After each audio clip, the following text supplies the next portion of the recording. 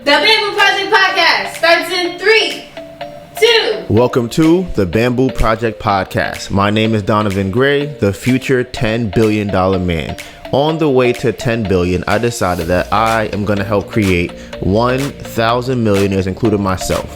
And not by being a guru or selling a course, but by doing the things I already love to do every day and documenting my journey to get there. I figure I'll make all the mistakes so you don't have to.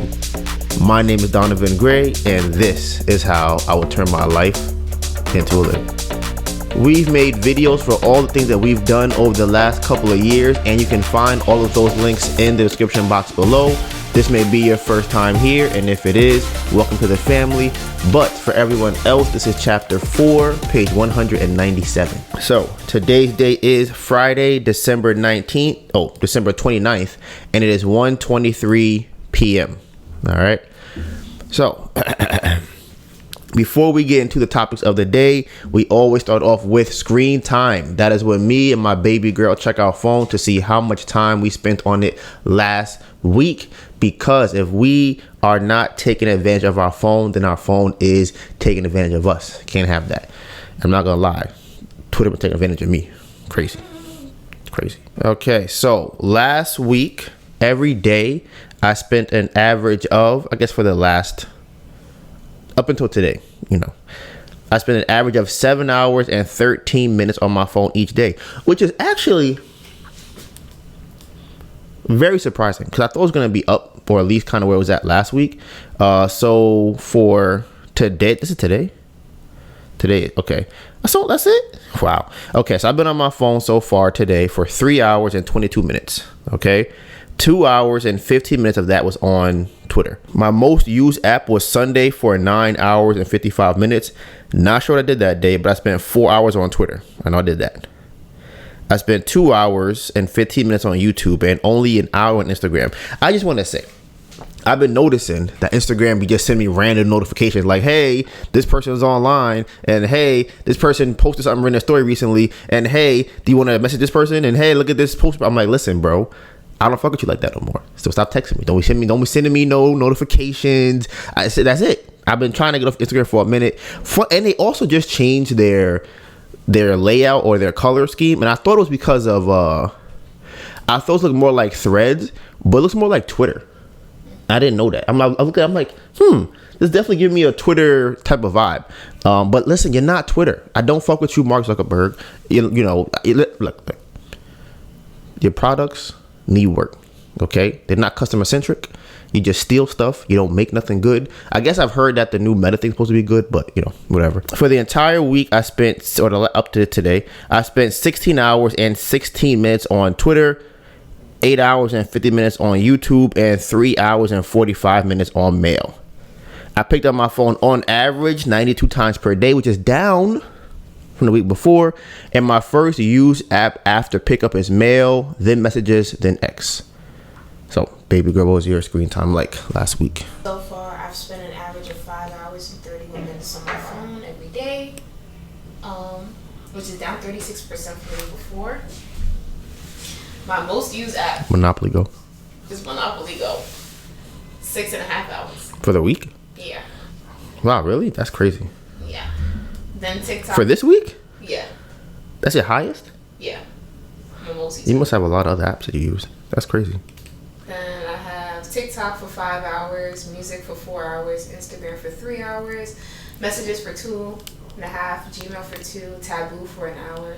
I think that's what happened. I think it was at my mom's house, so I was with my brothers and didn't use my phone a lot then. But I'm thinking because my highest used app is 16 hours for the entire week. Oh. And then the next one is 8 hours. You said your highest one is only 4? It was 6. 6.5. Yeah, that's crazy. Mm-hmm. And then I picked up my phone on average 135 times per day. Gmail is my first used app, then messages, then Monopoly Go, then music, then TikTok, then Instagram, then YouTube Studio. Mm-hmm. Yeah, and that's my stuff. Okay, so now for the subscriber check. On the Candle channel, we are at 753 subscribers. And on our main channel, we are at 6,694 subscribers. Okay.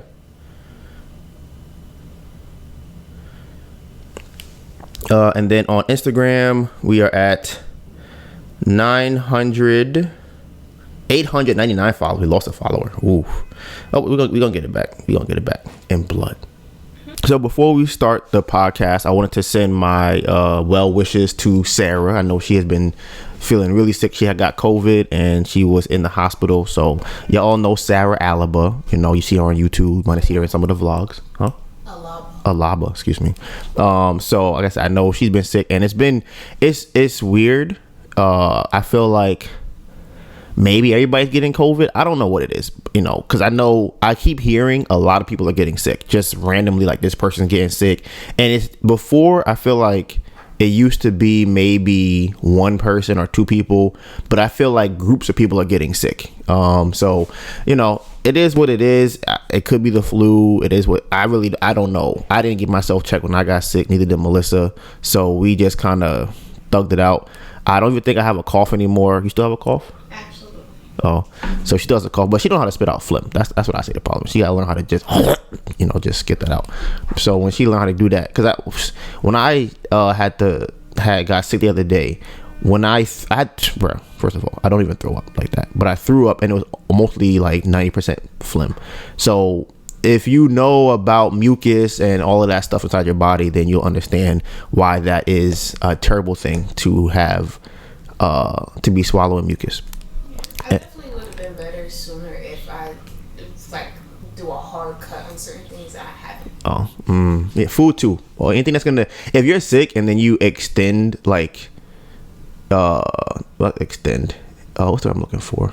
Increase the amount of things that cause you mucus, you're gonna stay sick. Like you're gonna just feel sick all the time.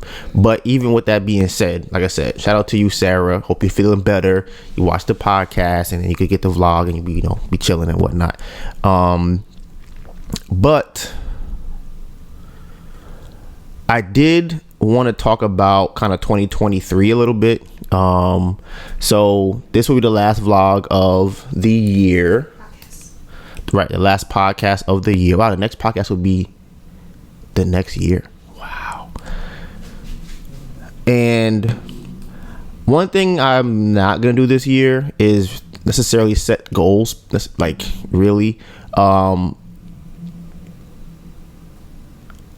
I've been looking back and kind of contemplating on just my strategy in accomplishing my goals.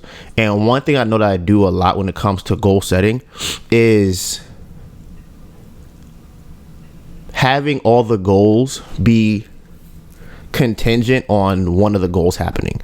So it'll be, okay, I'm going to get 30 cars. And then when I get the 30 cars, I'm going to flip that money into buying 20 Airbnbs.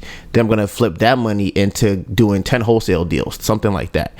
But if I don't get the 30 cars, then nothing else happens from that. So that's one thing I've noticed that I do, which I'm not going to do. Another thing too is I feel like I don't necessarily think that having a numerical goal is bad per se.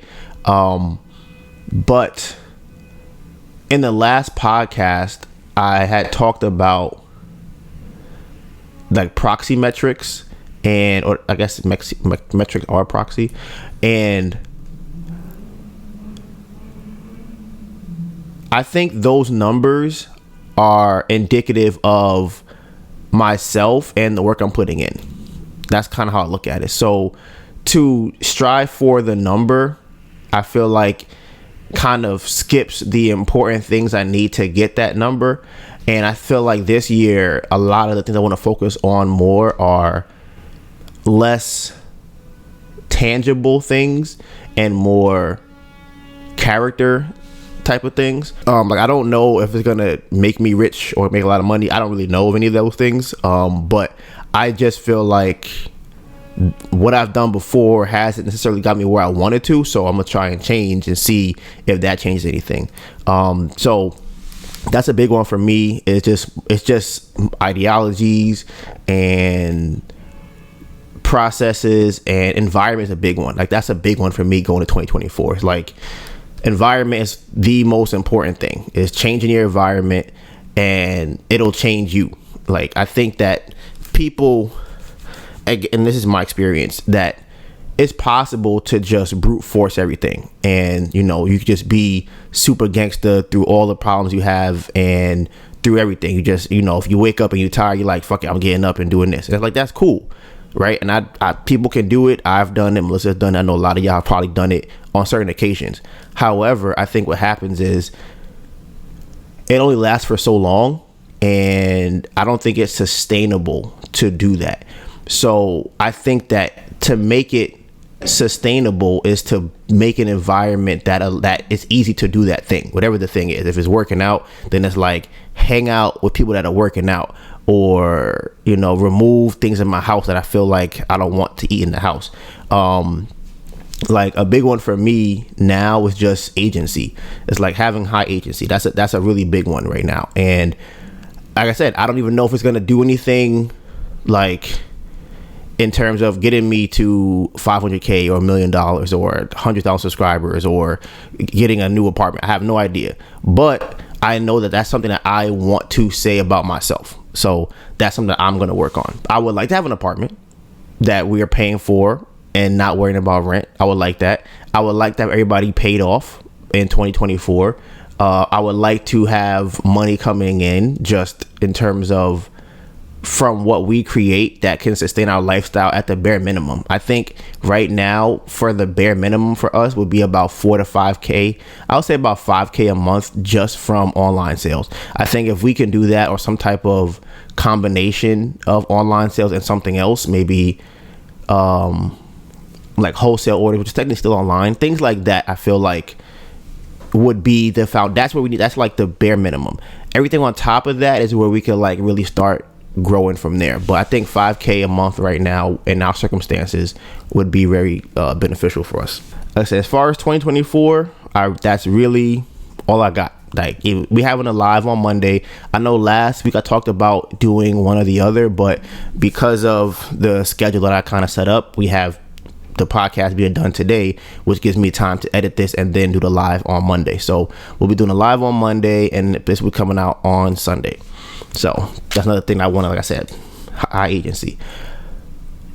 But as far as the 2024, that's really all I have as far as that. We can talk more about it on the live if you have any questions, or I'm curious how you guys did with 2024, kind of what your expectations were, how they went.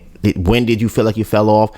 Did you feel like you fell off at all? What do you think is the reason you got the goals or didn't get the goals? So that's a big one. But yeah, so I guess I will see you guys on the live on Monday. Next thing up on the agenda for today is the living situation that we have. So there have been a couple of updates when it comes to our current living situation. I know a lot of y'all is not gonna like this, right? You're gonna hate this. Yeah. Listen, there's a couple of people that be listening and just be like steam coming out their ears. So even me thinking about it, it's just funny because I already know how people are gonna react to it. They're like, "Are you kidding me? Are you serious? Are you serious? Really? Are you?" So,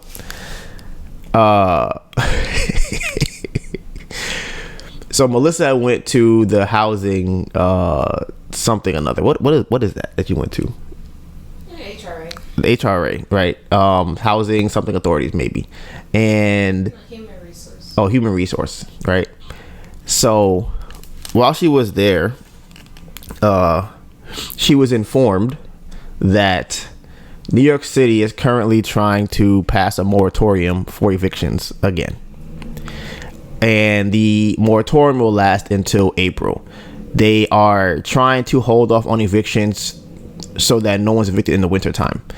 I've never heard of this before. I think, listen, if it helps us the last couple months to really get our stuff together, that would be amazing, because I think that for the entire year we weren't really in a position through doing markets multiple times and trying to get the money to do the market and trying to grow the company in brick and mortar. I don't think we didn't really have as much time to build like our online e-commerce part of the business, and that's something that,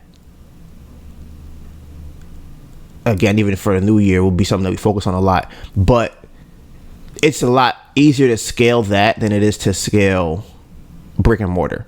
I think for brick and mortar, there is you need a lot of upfront cash and like ridiculous amounts.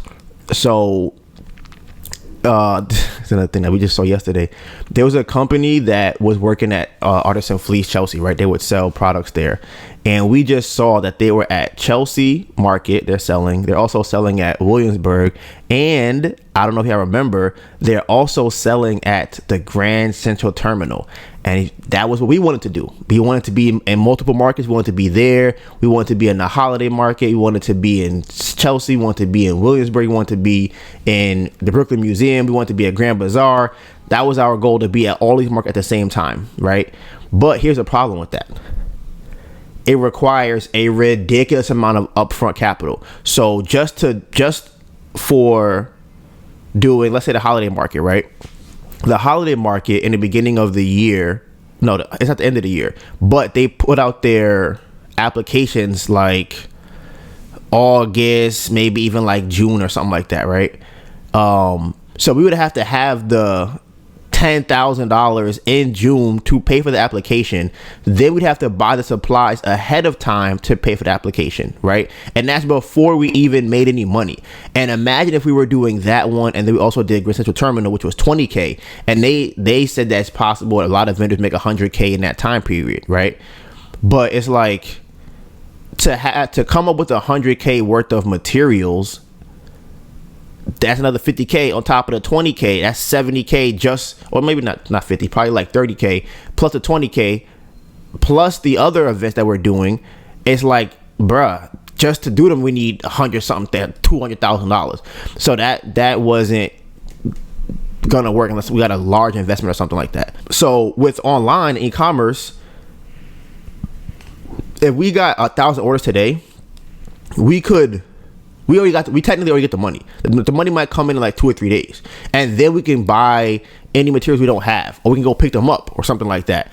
Or it's easier to kind of borrow money if we already have the money coming in, right? So if I say, hey, we got 1,000 orders today, it's a lot easier to go to an investor or a bank or someone and say, hey, we're going to be getting $60,000 in 2 days, but we need $20K to be able to buy the materials. They go, oh sure, like here, and we don't have to worry about not being able to pay it back because the money's already slated to come in anyways.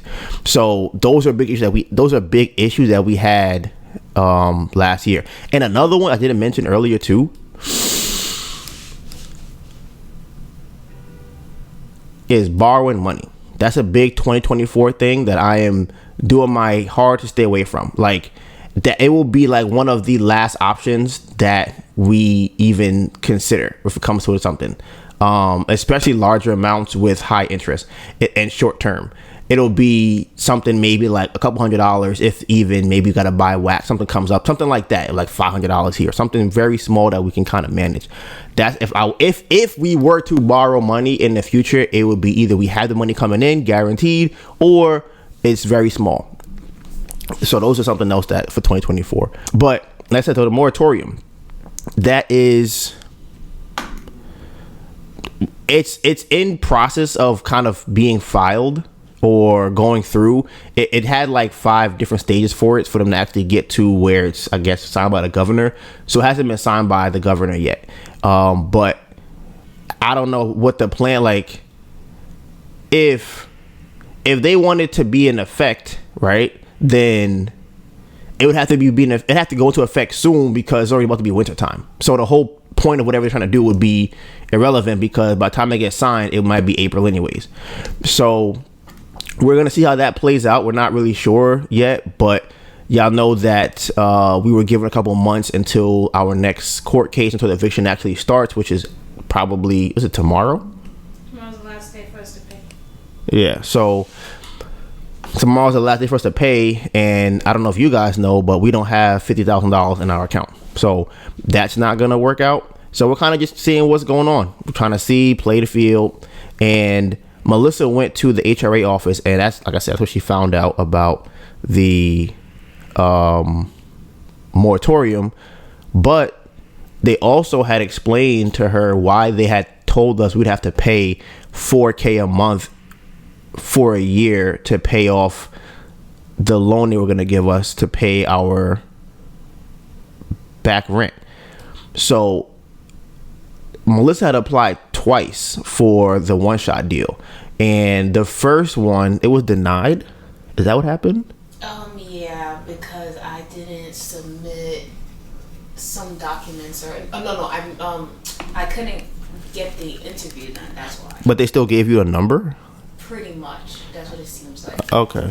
So, right, before they pretty much said you didn't submit your documents, you didn't come to the interview, so you're going to have to pay the full amount as if it was a regular, like if you make $1 trillion. Like, you're going to pay this as if you make a $4,000 a month. I don't know if that was the reason. What do you think it was? I don't know. Because I gave them the documents. I just didn't go to the interview. But why do you think they would? Because I feel like it has to be related to money. Like, it has to be in some way related to, like, you make enough to pay this. Nah. Because even she was looking at the stuff and like, this makes no sense. I guess. I feel like they put zero somewhere. I think it was because of the time period.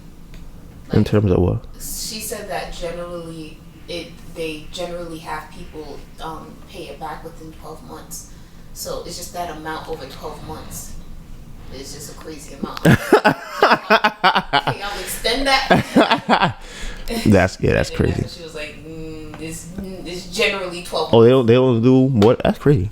I guess people don't owe $50,000 in rent. So right. I don't even know how we. Well, I think it was ERAP. I think ERAP is the reason why we were here for so long, because they could not evict us, and they had to lift it, go to court to lift it. Yeah. So I'm like, most people might owe like $10,000, maybe 12, 15, even $15,000. If you pay $15,000 over 12 months, it's less than $1,000. Right. Yeah. So it's like a little over 1,000, but. Oh right. You're right. It's a little over 1,000. So it's like somewhat manageable. Still kind of high, but if you know, so that's kind of what's going on with that. And yeah, I said I don't even know what's gonna happen with it. I'm not putting no stock in it. I'm not doing anything. Whatever happens with it, happens with it. If they lift it, they do. If they don't, if they implement it, they do. If they don't, they don't. And we have to make decisions based off of whatever circumstance we're in at day by day. But it is something that's in the back of my mind. Like, that would be kind of crazy. Cause I do have some things planned for the next couple of months, and I want to implement to see whether or not they are beneficial to us. What else did they say? Yeah, they were charging us like $4,000 a month. So tomorrow is the last day to pay, and then I don't even know if the eviction starts tomorrow or if if it's finalized tomorrow, or if we have to then go through another process after tomorrow, and then how long does that process take? And I think it's funny because Melissa's friend was talking about buying real estate in New York, and I'm kind of like, I don't necessarily know if that's she was saying that's the best idea, and I agree, because I'm like, listen, as a single land, like not a right, exactly, exactly, not a corporate. As a single family, I own one property. I'm getting in on my first. I would not say to start here. I would say start here. If you, I was gonna say to do it if you are, if you own the property, like it was passed down to you, maybe. But because I might do it then. Nah, I think I like her idea of Airbnb more than but even then, the way that Airbnb is here, you'd have to live in that property. I don't think you can have an Airbnb without living in it. It has to be a mixed use, probably. But it'd have to be like a commercial. Yeah, like 4 or 5 floors, something like that. Those are the options. And I don't know how easy that is. Yeah, that is to do, to just get a commercial property to do Airbnb out of, and then so that's me. You know, me personally, I think if you're trying to do real estate, you should do that in a landlord friendly. Right. It's really crazy to me that just kind of laws that they have in place, and I've always heard that this is a very pro tenant state, because my dad and aunt and uncles, they own a property in Harlem. It's a brownstone, so they have people in there, right? And, just different times I'll hear them talking, and they'll say, well, we can't really do anything about it, or we have to just kind of we have to kind of massage the person that's there, because we don't want them to be like, well, I'm not paying no more, fuck it, I'm staying here now, I'm squatting. Like, we don't really want to do that. So you want to do your best to find an amazing tenant over every single time you need a new tenant, and then you want to make sure that you have a lot of money, because that's the other thing too. It isn't necessarily about not doing it, it's about having the money when something goes wrong. Because look at it right now, if you are solely relying on this property to pay your bills, and then you got people who are not paying rent for 4 years because of COVID or this moratorium or this ERAP program, the building got paid their $40K from the first time we didn't pay rent. So they had to just wait a year or two to get it. Then the second time, it's like, okay, they're probably going to get their money, but they had to wait to get it. And if you need that money, you can't be waiting around to get it. So if you were able to, in this building, there's 500 people in it, maybe something like that. Let's just say they have 400 people who are paying rent, right? Let's say 350, and they're each paying $3,000 a month or something like that, roughly $3,000 a month. I feel like that's still a decent amount of money to make, that you aren't really stressed as much about the other ones not paying. Maybe 100 is a lot to not pay, but I feel like, I think the main issue isn't even what the people do. I think the main issue here is the legislation. Like, you can't really get help to get people out to go through the court system. Like, I think that's my main issue, because people, like, may not pay rent in other places, but you can just get them out. Like, but that's what I'm saying, that you're actually, like, you're losing money because they're still there, just not paying rent. No, but I'm saying that, like, I think the main issue is the fact that the government allows that here. Right, that's what I'm saying. That if someone somewhere else is not paying rent, it's not going to be 2 years that you're not getting your rent. Yeah. So here it's like you have to be able to sustain enough money from your other stuff for 2 years, because you're going to get your money and they will get evicted at some point. But can you survive that time period happening? So I'm like, if it's happening in this building and it's 100 people not paying rent, I feel like that could be kind of a lot. That's like a 80% occupancy. I don't know if that's average or not. But it's still this building, like the way that it be working, it's not your only building. But that's what I was exactly. So that's but if you look at it on a building by building basis, I still think you don't, even if you have multiple buildings, having one building that is underperforming terribly still negatively affects everything that you have. Because now it's like you can't get a loan, you can't run whatever you normally would do, or whatever the case might be. It's still a numbers thing where it's like, if it costs me $1 million to run it and I'm only making $800,000, I'm losing $200,000 every month on this building. And I think, and if you want to get a new loan, they're gonna say, hey, that other building you have over there not even producing well, I'm not giving them more money until you figure that out. So everybody has their situation, but isn't it just the occupancy they look at?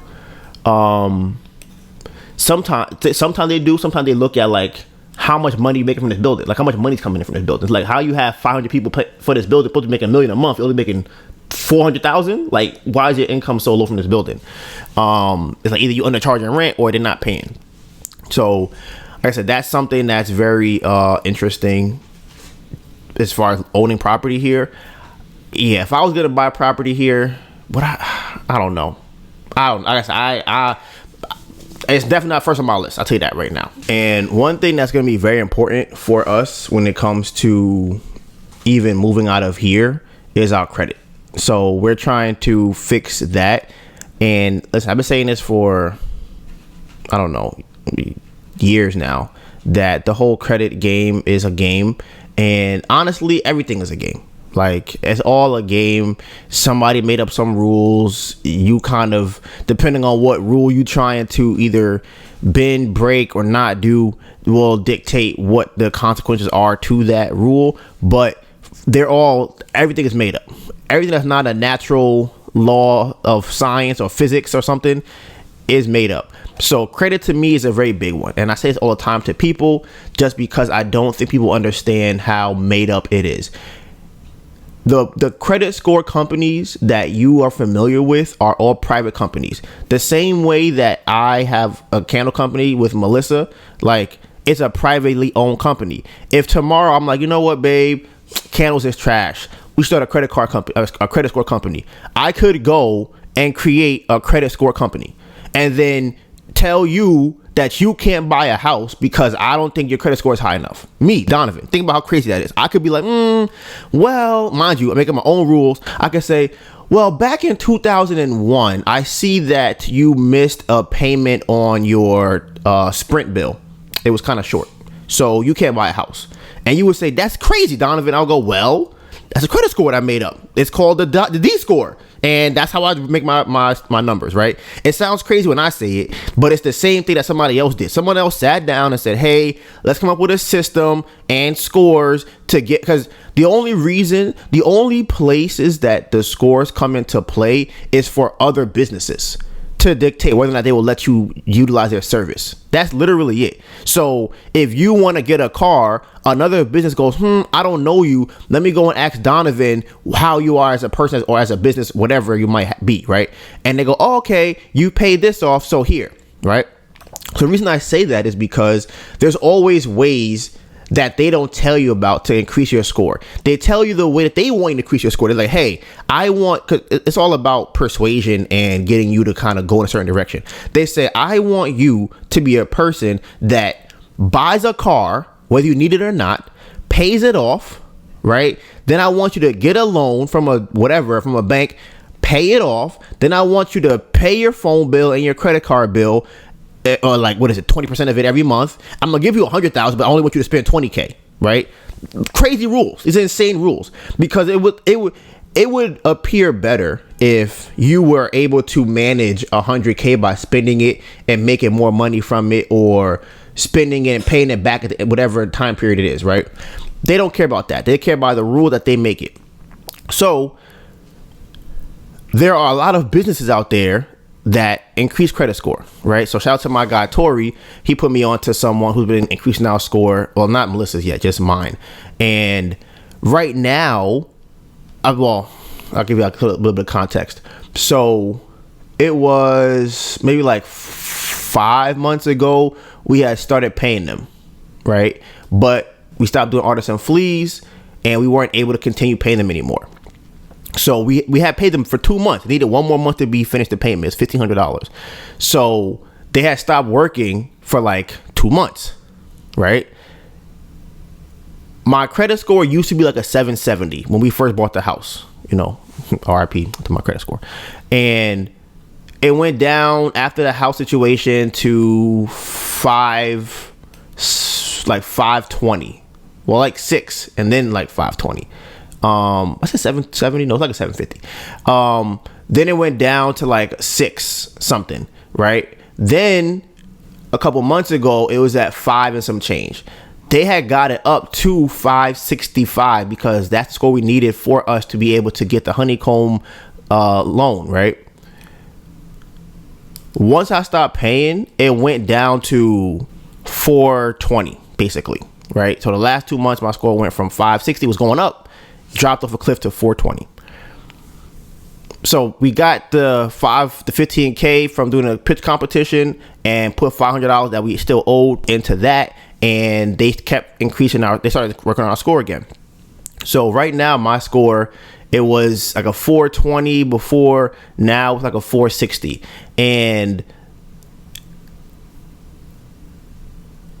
it's crazy because everything they're doing is completely legal, right? Like they're not doing anything that's illegal when it comes to increasing my credit score. These are all things that are allowed by the law that you can do for your credit score. And you can, if you have the money, you can literally just tank your credit score and pay to have it go back up over a couple of months. Or if it's already low, you could just pay for it to go back up without having to do whatever they tell you to do. Buy a house, buy a car, get a loan, apply for a credit card. Try not to apply for a credit card once every 2 years to get one. Like it's an insane system that they have set up for people to get high scores. So that game, I'm not playing that game. I'm playing a different game. And right now they're working on my score, and that's what we're going to use when the time comes for us to get an apartment, because right now all of the income is under Melissa's name. So she has the money and I'll be the one that has the credit. And hopefully we can combine those two things to be able to get us into an apartment that is has a bedroom,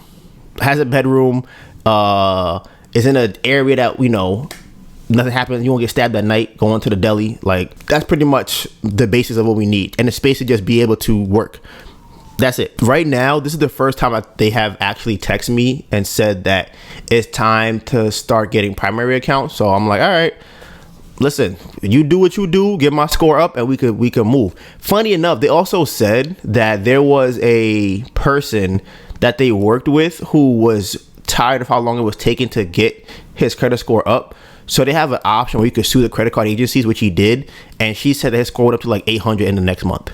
So listen, it's on the table. I'm considering it. Depending on how they're moving, what's going on, I would absolutely go and be like, listen, it's time to go to court with them.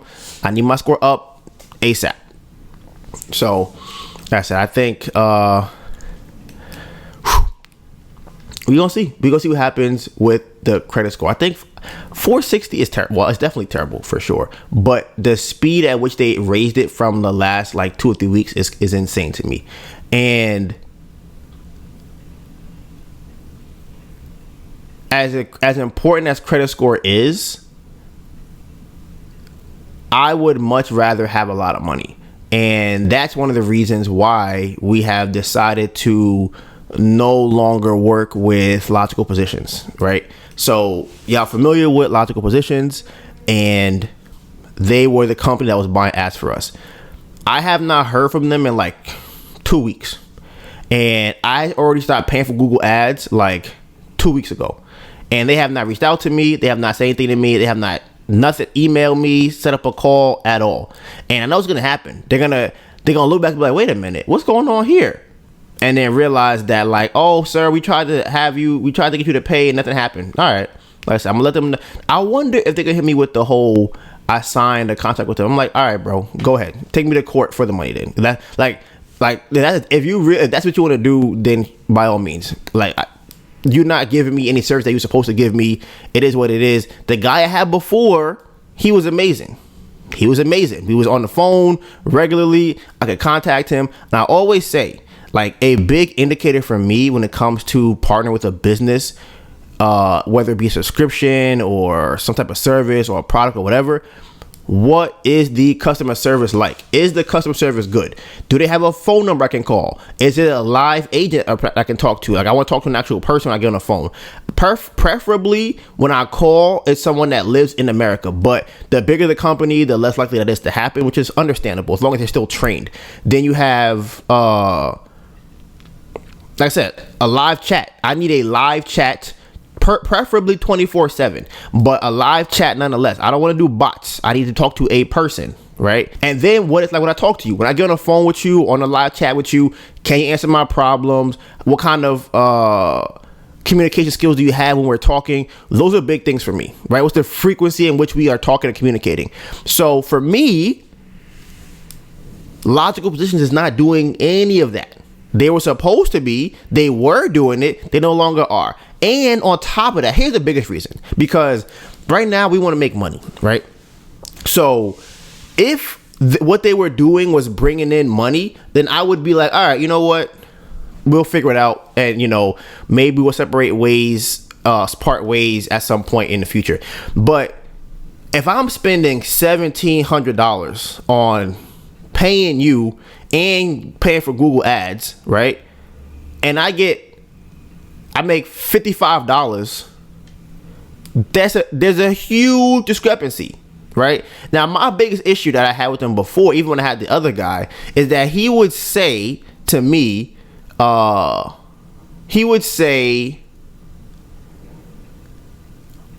I see that you guys made $1,200 this month, so that means that the Google ads are working.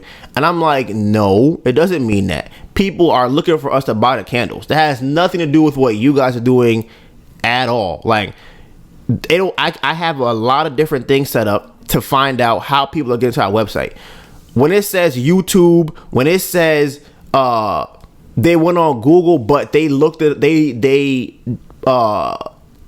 it was like a direct link, like they were looking for us.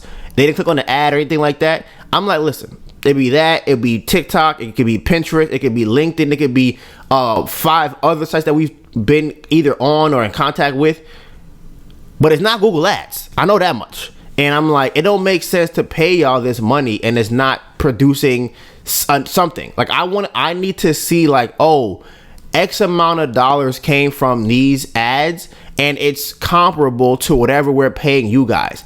And I'm not even looking necessarily to make the full amount of money that we're paying them, but I want to see it to be a chunk. Like if I look at a pie chart,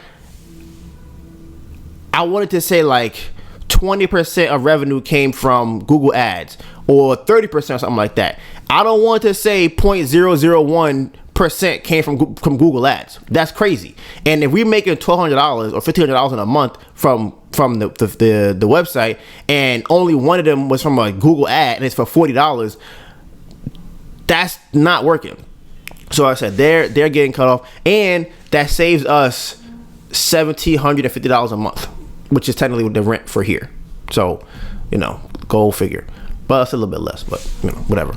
So that's something that we're going to be changing. And the reason I'm moving so quickly with cutting them off is because the guy that I talked to from TikTok, right? He's making, remember this, $50,000 from his TikTok shop per month. That's not his website. That's not any in the stores he's in. That's just from the TikTok shop. $50K a month. He was like, listen, do not do an ad agency. He said, I've done a bunch of them, and every time I do it, what happens is they start charging me, and I never hear from them again. I only hear from them once a month, and they go, hey, is everything working? All right, cool. See you next month. And that's literally it. And I was like, all right, cool. He had asked me. He said, Donovan, did you sign the contract yet? And I'm like, kinda, sorta, not really. Like, I committed to it. I might have like signed one of them or whatever. He was like, listen, give it a week. He said, talk to my guy. He said, just sit on it. See if you want to do it. I'm like, all right. I talked to this guy. I don't think I gave it a week. I might have given it a couple of days. I'm like, yeah, I still want to do this because I need more traffic coming to the site so that I can use Hotjar to see what's wrong with the website. So I can kind of realize, okay, people are having problems with this, or people are having problems with that, whatever. At the time, we were not getting a lot of traffic. So it wasn't really much for me to learn from watching the sessions on the website. But he was adamant. He's like, listen, I do not fuck with that. I do not fuck with this. I do not fuck with that. I do not fuck here or there. He was very adamant about that. He was like, listen, just don't do it.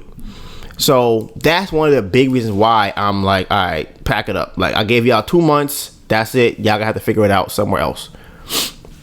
And based off of his recommendation, one thing that we have decided to go really heavy into is TikTok.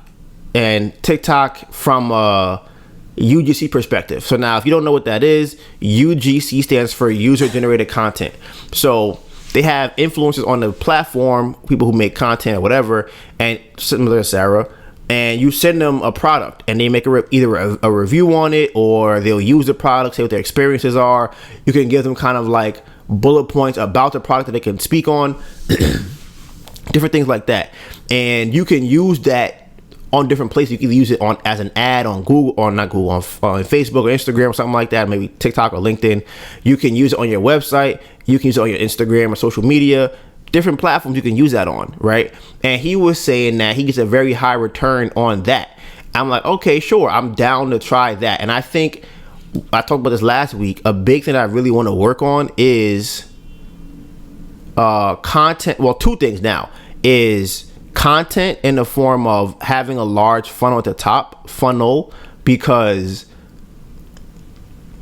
when I look at our metrics, the majority of our sales come from YouTube and pretty much the pop-up shop, and people recommending them to us. Those are the big main drivers of traffic for our website. And when it comes to sales, it is that corporate order is like at the top of the list. So those two things are things that we want to focus on, is social media from that perspective, and getting into gift programs. Because if we can rattle off, like I said, if we can rattle off a couple of those, maybe, I don't know, a month, something like that, that's a lot of money. And one thing I kind of learned with Alex is that you really want to have products or things that you sell that are expensive, right? And when we first started, or maybe beginning of last year, I was considering selling the candle boxes, like, as a whole, kind of to businesses who can then resell them, right? That was kind of the idea that I had. But, well, because that would be like $400 per sale, per transaction. So if I can do 10 of those, that's $4,000, right? And it's more or less the same kind of selling that I would do to someone at the craft fair. The only difference is maybe the location, and it won't be as many people that I would be selling to necessarily, depending on how I'm reaching out to them. But it's more or less still trying to sell them, and they're going to have more money to buy a box. And to them, a low, like, someone who's not gonna spend a lot of money might only buy one box, but somebody might also buy 3 or 4 boxes of it, right? So I've always wanted to have something that we eat, like, that actually does that. And to a lot of people's surprise, and it comes to business, right? A lot of businesses that you think about, if you think about McDonald's, you think about Amazon, you think about, I feel like Google isn't really one of those companies. Maybe probably not. Maybe Facebook too, maybe. But we kind of know about it now, but I feel like before it wasn't as prevalent. A lot of Apple is another one. A lot of these companies, the thing that you buy and consume the most are not how they make most of their money. So when you're buying the iPhone, or you're buying maybe the iPhone, I feel like the App Store makes more money than the iPhone, but I have to check into it. I'm not really sure. But you're buying, I know for a fact Amazon's biggest one is not Amazon Prime or the product or the money they make on the product on the website. It's Amazon Web Servers, because they charge, like, a lot of huge companies use those servers, right? So those companies might be paying them tens of millions of dollars because they're making hundreds of millions of dollars or billions of dollars, and they can pay Amazon 10, 20, 30 million dollars to host their stuff on there. And same thing with McDonald's. Everybody think they make money off their burgers and their fries. Like, nah, it's a real estate company. And I seen that be the template of a lot of different businesses that become really big. So I was always trying to figure out what is the thing that we'll have that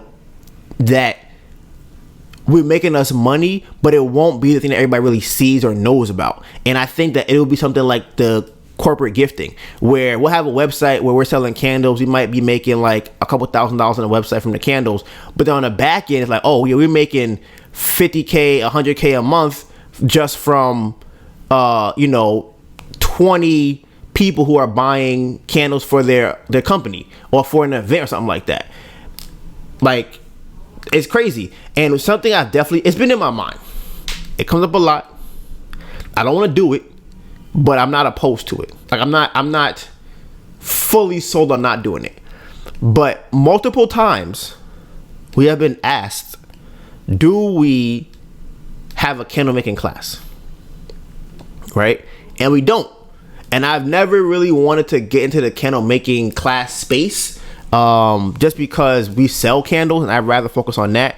But like I said before, what happens if that becomes the thing that people are like, oh yeah, sign me up, and they pay $70 and we get 10 people in there, and it's like, all right, we make $700 in a day. Or honestly, it might take 2 or 3 hours to do that. So we do it 2-3 hours, we do that 3 times in a day, we make $2K in a day. So it's like, that's an opportunity that we could be looking at, but I personally don't want to do that, right? And I don't, in terms of the unit economics of it, I don't see how it would make a lot of money. The only way, maybe 10 people is not a lot of people. Maybe if you think like a classroom, right? Maybe it's a classroom full of people, of couples or something like that. Maybe it's 40 people. They all have a candle that they're buying, and then they're buying wax or something, and then they're also buying the ticket for it. Maybe then it becomes something that's more viable. But like I said, I honestly do not even look into that at all. I don't even think about it. But it happens. People ask us a lot about what are y'all doing when it comes to candle making classes. So maybe even be virtual or something. I don't know. I don't even think about it. But it is you guys' favorite time of the podcast. Yeah. It is the League of Villains segment. Woo! Clap it up. I'm in a good mood today. I see. Hello, everyone. I have not been doing the things that would make me better. I've been eating dairy and just doing whatever the hell I want to do. So that's why I'm still sick. I am excited. I think I'm going to Moini Hoini Hall today. And, you know, Donovan's going to have the house to himself and get some work done. I'm going to get some work done because there's a lot of stuff that I need to do.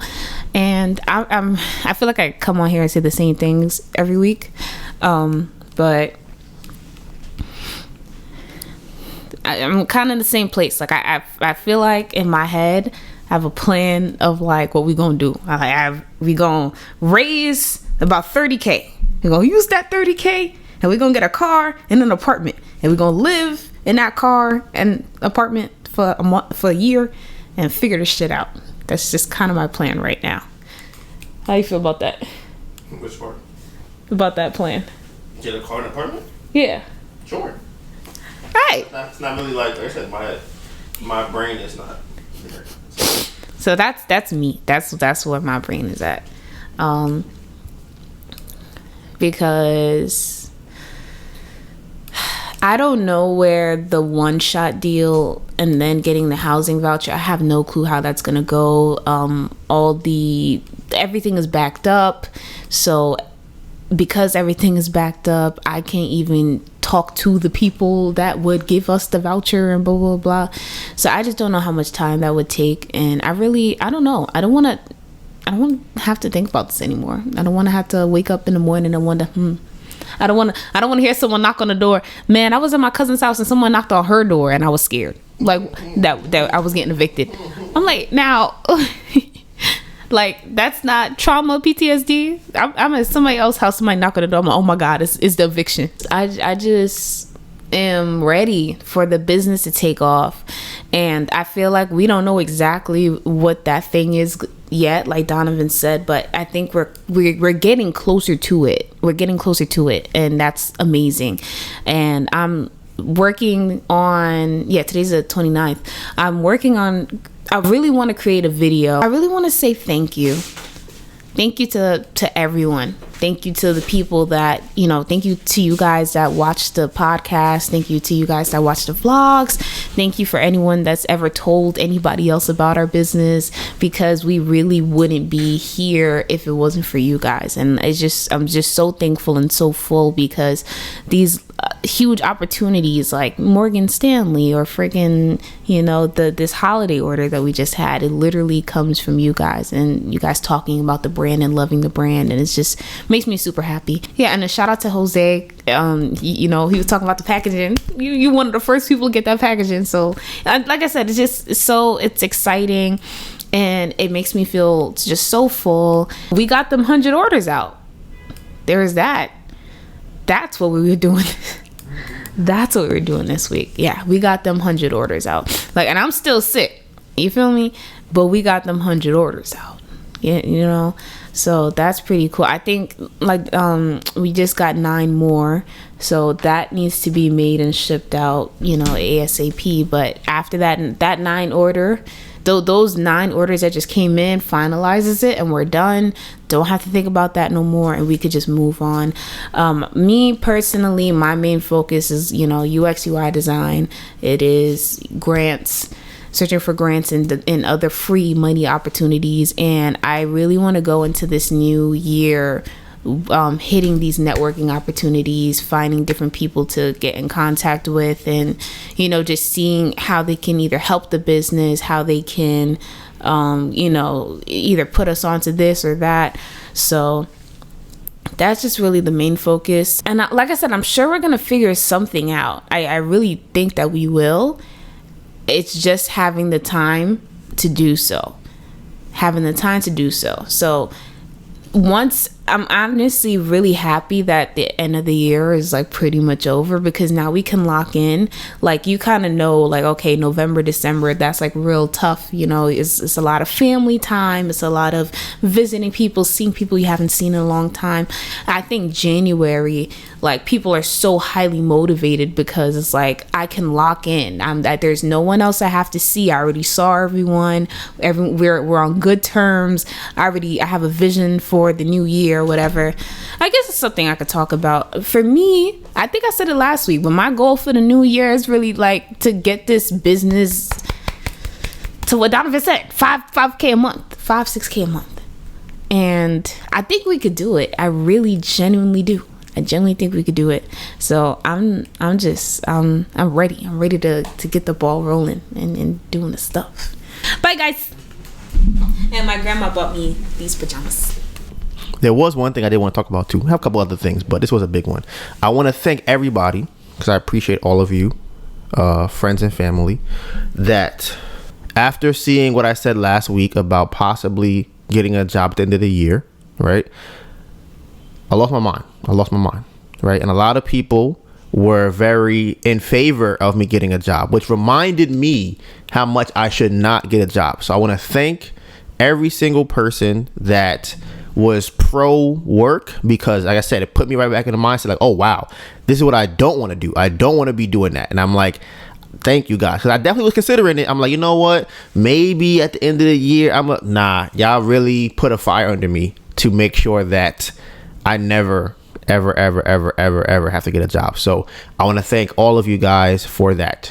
Shout out to y'all. Thank you. So Melissa is amazing when it comes to this. So I want to make sure that she knows this.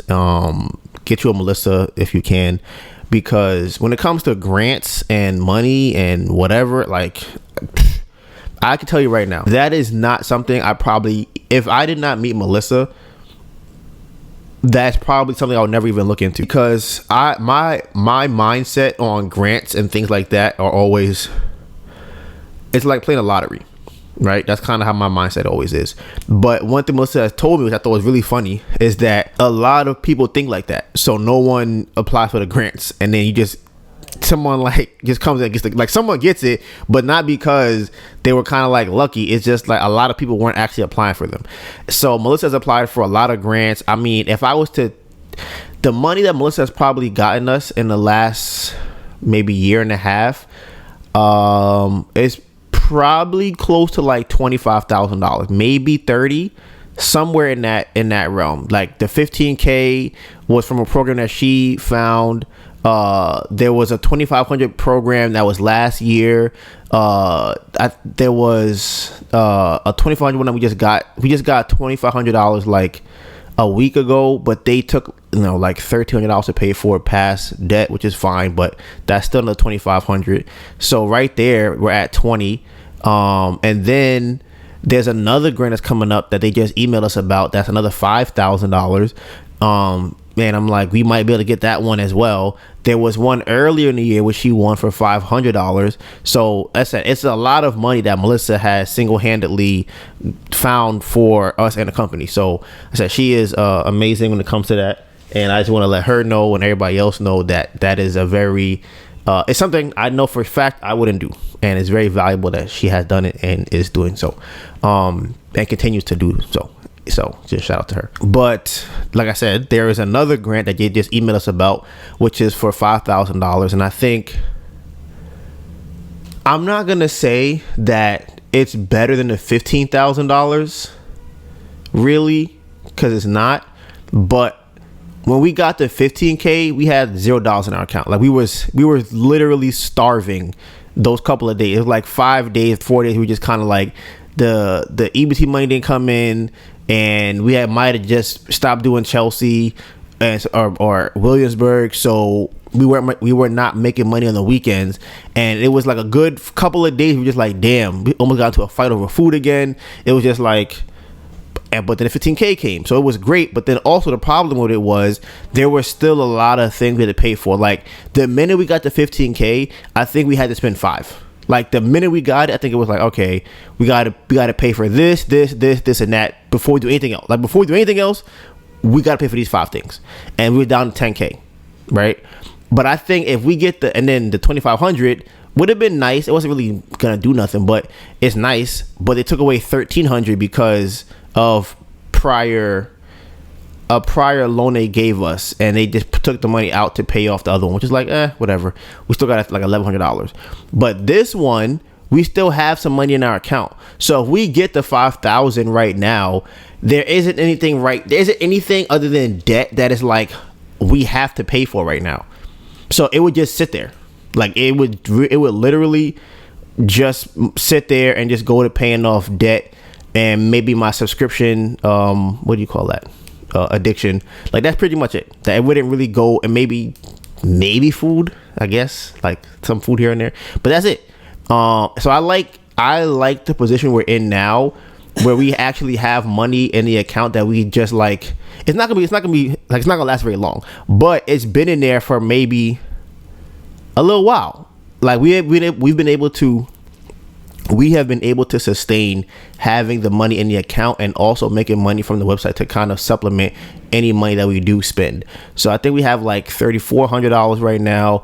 As Melissa said earlier, the holiday company, they bought more candles. So in total, or before, it was 96. They just bought 9 more. So we're at 105 total candles from them. So in total, they paid us $3,600, or they will pay us $3,675, that's great. That's great. And we've only sent them an invoice for 60 candles, not the other. No, was it 60? Right, for 60 candles. I didn't send them an invoice for 2. They need 2 more invoices. So that money comes in. Hopefully, we get the money from the grant, which would be another 5, which is total like 6 plus what we have now. We have like 34 maybe, and we're at 10K in our account almost. So it's like, that's a great spot. I like that. So now now that we don't have any super large expenses like paying for the freaking logical positions or the Google ads, which is really $1,000 a month plus $750. It's fucking crazy. There's a couple more things for the podcast that I wanted to talk to you about. One of them is we hired a copywriter, right, for the emails, and we had hired one before to do the website, and it annoys me. And maybe someone has a solution for this. Anybody that has a business that listens to this, I'm curious. You guys probably collect emails, right? Do you guys send emails though? Like, what do you send in your emails? How often do you send emails? Do you take different pictures for each email that you send? Like, and how often are you taking pictures for your emails? And then also, do you feel like emails are a very important part financially for your business? Those are the questions I have. You can answer either one or all of them, because I know they're important, right? But I don't know people of our size that are actively sending out like high level email. I don't know people sending their emails. Are they just saying like, hey, look at this candle, or like, hey, look at this product I have, or something like that? I don't really know, because when I hired this copywriter guy, I might put some of the pictures up of what he sent me. I really feel like, for one, they use AI to write it. That's how I feel. Right, that's the top thing. The second thing is, when I think of copywriting, I think that it should be so fire that when I'm reading it, I'm like, damn, I want to buy a candle and I own the company. Like that's how I look at it. But I don't get that feeling from it, and I feel like that's a problem. And I feel like if you're a copywriter, like, for one, you should be able to explain to me what type of either cognitive biases you're using in your copy, what your angle is from your copy, what type of what lessons have you learned about copywriting that you're using for this. I need to know these type of things. But I feel like a lot of times it's just someone coming up with random stuff, and I'm like, that's not what I'm paying for. And for me personally, because I have such a high expectation of what I think it should be, I feel like I should do it myself, or I feel like I have to do it myself. But the other issue is, and this is what I've noticed from even when we were doing wholesaling, whenever I hire somebody for anything, which is, I guess, thinking about it makes sense, but I feel like it shouldn't. I have to train them. But my issue is, if I'm hiring you, why am I training you to do the thing I'm hiring you for? Does that make sense? Like, if I'm hiring someone to sell, I don't feel like I should have to teach you how to sell, because I could hire. Well, I feel like hiring. I guess I just want to clarify that it's like you're like purchasing their services. You're not really, I guess, hiring. Right. Yes. And because I was kind of even weary about even saying that, because I do feel like there should be some type of training involved in certain things. But I feel like at that point, I do think that plays a part into it too. But you're buying the service. You're not like hiring them for because that's like hiring them to me is like, oh, that's your employee. Mm-hmm. So if that's your employee, you should train them. But that's not what's happening. Yeah. So then I think, you know what it is? I think that's a very good perspective on it, because if I'm buying a product from them, and if I'm hiring somebody, I would train someone that I'm hiring so they didn't know kind of the culture and what we're looking for. But my issue with them is, and same thing in kind of somewhat in the past, if I have to break down word for word, bar for bar, exactly what you need to write, then I shouldn't be having to do this for you. But I don't learn that until after they send me back whatever I've paid for. And I'm looking at it like, what is this? Like, what I'm gonna do with this? This is nothing. I can't, what I'm gonna do with this? This is garbage. So I'm trying to figure out how much does it actually cost for good copywriting. Maybe I'm not paying enough, because I feel like I tried to pay quote premium this time more than I normally do, because I'm like, you know what, let me find a person that does emails for $5 and $10. Let me get that person, right? But I'm like, you know what, this time I'm gonna try and find somebody that's a little bit more than that. So I try to find somebody a little bit more, same result more or less, and I'm like, I don't like this. I don't like this.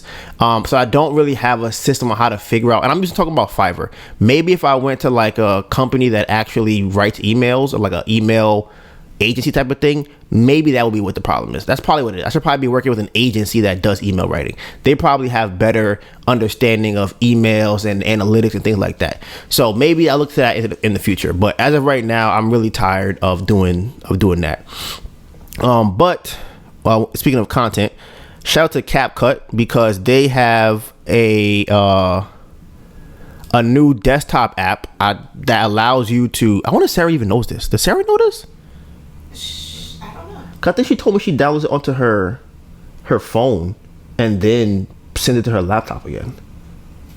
I gotta ask her, because they have a desktop app for CapCut, and it allows us now to take our long form content and cut it up and put it into short form content.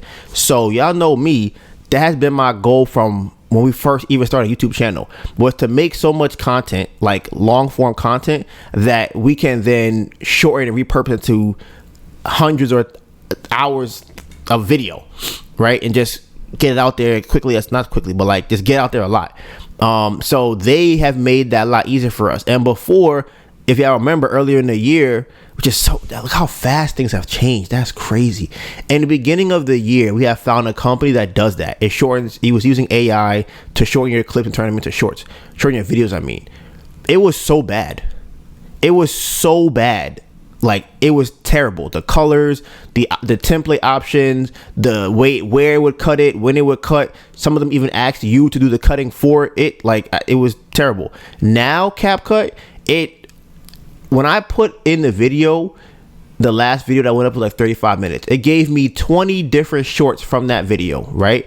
Not only that, it also was cutting them around a specific thing that's happening in the video, as opposed to a random part of the video. Not only that, it was putting captions on it, and from every caption I watched or read, it might have only missed 2 or 3 words, maybe, per video. It had the ums in there, it had the pauses, it had the buts, everything was in there. And I'm like, it's crazy. Now what we want to do is you want to take that and put that onto the Candle channel, onto the TikTok. But Melissa pointed this out yesterday, we could also take that same content and put that onto our YouTube page to grow that. So these are things that we're looking at doing, and it goes back to what I said about 2024. I'm not really looking at like get 1,000 subscribers or get this thing. I'm like, hey, can we put these shorts on TikTok? How? Let's do that. Let's try and get a bunch of those up there. Can we put them also on YouTube? Okay, let's do that.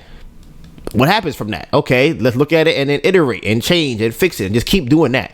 That's kind of been my mindset for the last like week or two. And then I guess the last two things I want to touch on was I have been diligently working on the website. So I wonder if anybody's noticed any changes on it when they go, 'cause that'd be kind of funny. But we have been trying to figure out the best way the website should look, right? So we've been writing blogs. We have blogs on there now. I want to try to do a blog a day. We have, what is it called? We have a new review system from Okendo, who I like a lot. And something I just kind of saw on Twitter, and I was thinking about it yesterday before I saw it, which I think is funny. That's, could be a sign. The sticky cart thing. So I'm thinking about I already removed it. But I removed it because I think that it causes more people to add to cart and not check out. So my theory is that when you, the more work you do, the more likely you are to get to the finish line. Right? So if I want to buy a candle, right, and I add to my cart, I have to now click on the cart button. Right? And then I'm like, okay, I'm on a cart page. Before, it would just pull up on the side. I feel like a lot of people, I don't really see anybody on the cart page. And I feel like I want somebody to be on the cart page and then go, okay, I'm going from the cart page to the checkout page.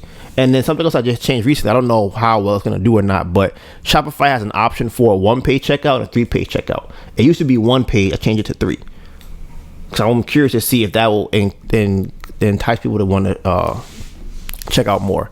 And then the last thing for this week is we got the video conference appointment for the investor. I wasn't sure if they were gonna do it or not. I'm like, okay, they're really following through with this. So I'm just curious, at least to bring to y'all and tell y'all like, hey, they gave us an offer for the business. They want to buy this percentage, or they said no because of this. Yes, I'm curious to see what happens. Because it's our first time, well, kind of our second time really talking to someone that might invest in the business. And I just want to know what they ask us, what kind of questions they're looking for, where they think that we should be as a business. If they even rip into us and go, you guys are terrible. Like I'm here for every single thing that they have to give us. And that is scheduled for June 3rd, which is next week. January 3rd, which is, I think that's Wednesday. So yeah, we'll hear about that in next week's podcast. But this is the last podcast of the year. Shout out to everyone who has been rocking with us for this year, last year. I know I someone bought a can, I think it was Danielle, and shout out to her. She was saying that she had found our channel and then binged the content. She talked about Airbnb. She said, I watched the wholesale videos, I watched the podcast, I came and watched the candle video, and I'm caught up. So like I said, shout out to everybody who has been rocking with us for this journey. There's more to come. Who knows what it'll look like? It's gonna be something for sure. We might get evicted, we might not get evicted, we might make a lot of money, we might not make a lot of money, we might get a job. Nah, I know y'all waiting for that one. Psych. Listen, y'all almost had me. But I think that it really, it's amazing to just know, even like what Melissa said earlier with Jose, that people are just either living their life, playing the podcast in the background, watching it on TV, have it on their phone or whatever.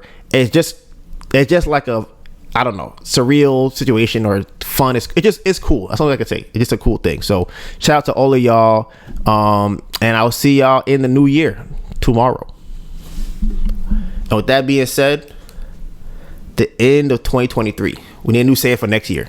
All right. So if anybody got any options for 2024, let me know what it is. Bamboo Project out.